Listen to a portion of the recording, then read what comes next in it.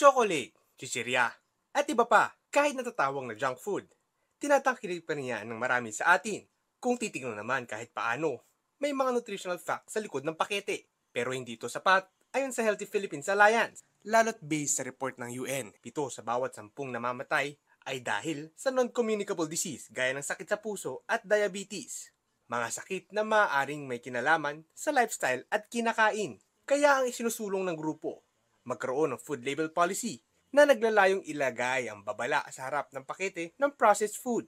Ang mamimili siyempre, magde-decide 'yan based sa information na meron siya. Yan, na itong mga pagkain na 'to ay excessive na. Siyempre magdadalawang isip na siyang bumili ng mga ganitoong pagkain. Tulad ng pa-octagon warning sign na makikita agad kung ang produkto ay may labis na sugar, sodium, o iba pang sangkap na maaaring makasama sa kalusugan.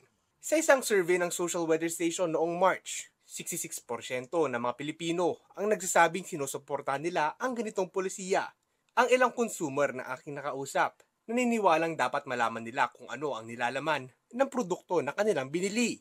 Natural, magbabago na ako ng isip. Di ko nabibilin yun. Depende yun sa disiplina ko. Kung matigas ang ulo ko, bibilin ko pa rin siya. Siguro ganun. Sabihin ko pala isipan ka, ang dalawang isip ka ng ganun. Kahit mura siguro. Hindi naman pwede kung kain lang tayo ng kain, bili tayo ng bili. Target ng Philippines Healthy Alliance na itaas ang health literacy ng mga Pinoy sa pamamagitan ng kanilang food warning label policy. Right to know yung ating ibinibigay sa kanila so that we can also increase yung health literacy ng ating mga kababayan. Malaga ang pagiging aware sa mga kinakain natin upang manatiling malakas at malusog. Kaya naman ngayon pala, sabi nga nila, always check the label. Mobile Journal, Ivan Taringki po hatid ang mukha ng balita.